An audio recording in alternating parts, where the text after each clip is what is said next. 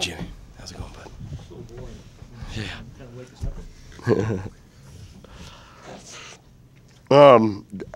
You know, I think our young basketball team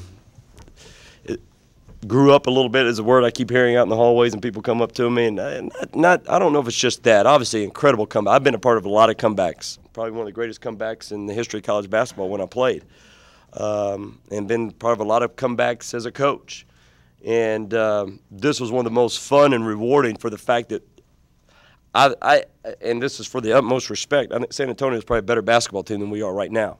For the fact, you know, the 4 returning starters, they went to Australia in the summertime, and they're just so much further ahead and got really good players and really, really well coached. I knew without Keaton, even with Keaton Pay, I knew it was going to take a special effort, period, because I got to watch enough tape on San Antonio to realize this time of year they're really, really, really very well polished. Because of, you know, they're well coached. They went to Australia and they got everybody back, and to be able to win the way we won with a young basketball team is very exciting. But more than anything, I told our team, this is great because you always have something to refer back to when things get tough. To believe, we told our players the last 2 minutes of the game, I told our guys, you're just going to have to believe in the system. And someone's going to have to make plays, and I told them, I'll manage the clock for you. I'll call timeout, do all that, but I can't, against their zone they play, there's not a lot of plays. We got 2 things we can go to. We need to go to one of these 2 things, but somebody's going to have to make plays. It's in your hands, and you're going to have to make plays. Believe in the system, and believe in each other. And the biggest cheerleader who never, ever gave up was Guerrero. He's the one guy in the huddle when everybody was looking kind of bleak, and people were leaving, fans were leaving, and I was ready to go with him, and he's the one who kept saying in the huddle to everybody, we're going to win this thing. We're winning. And he would break our huddle saying, win on 3, 1, 2, 3, win. And everybody else was kind of looking at him, you know. True story. But we just kept telling him as a coach, he said, you know, believe in the system. We'll manage the time for you. We'll sub when we need to. Somebody's going to have to make plays. You're just going to have to make plays. You know, it's a very broad statement, but making plays, somebody's going to make a steal, deflection, a block shot, and make a 3. You're going to do something.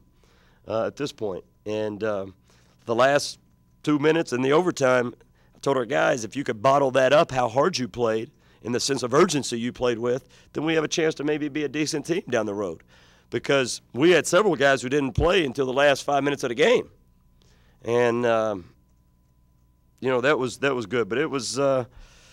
It was a lot of fun.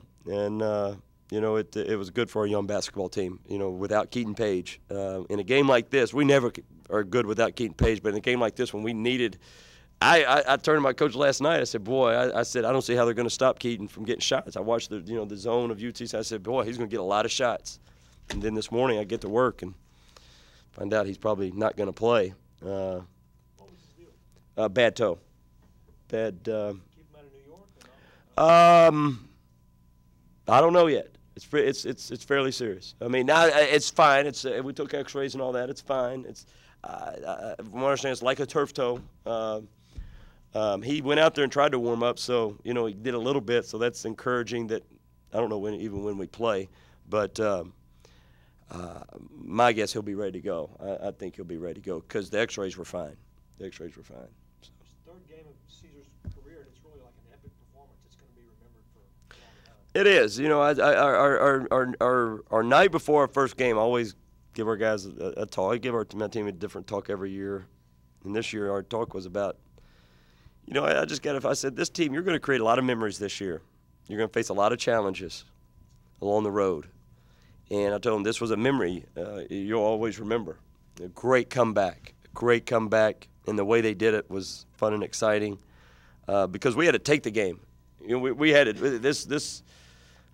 They've got a great basketball team, and I don't hesitate to use great. I really like their basketball team, and they were making every play in the game. We couldn't get stops, and we had to, you know, I told our guys, this team's not going to lay down, and they're not just going to fall apart. You're going to have to take it at some point, and we woke up and made some plays.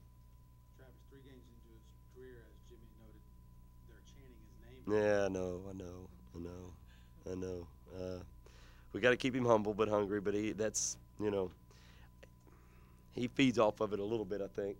But You know, I tell my guys here all the time, you know, not everybody's got my personality. I don't want everybody to necessarily have my personality, but you got to have, you know, I said, that's the way I play. You know, you've got to have something behind, you know, some other guys it needs to become contagious. Some other guys, because I think his personality gets him going.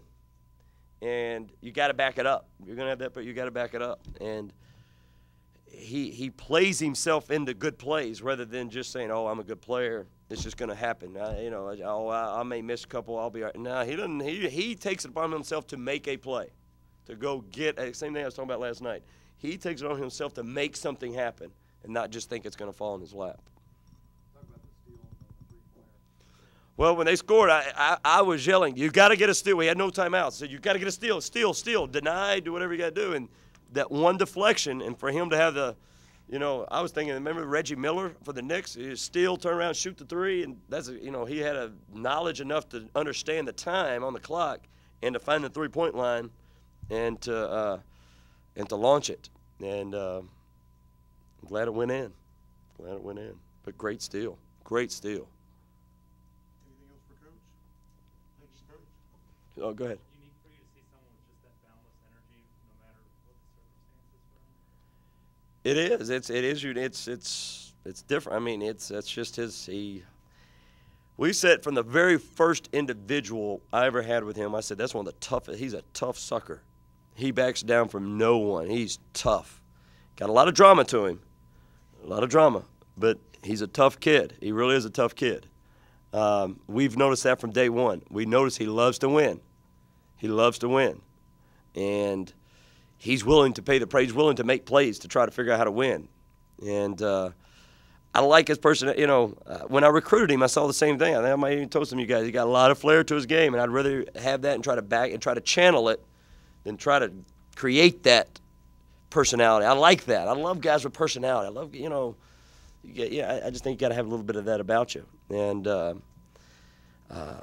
but yeah, he's a tough sucker. But you know, we need to move on from here. We you know, so but yeah, chanting his name. He kept using the word confidence when he was in here earlier. Yeah, he's very confident. You don't have to he lacks for zero confidence, and I think it shows the way he plays a little bit.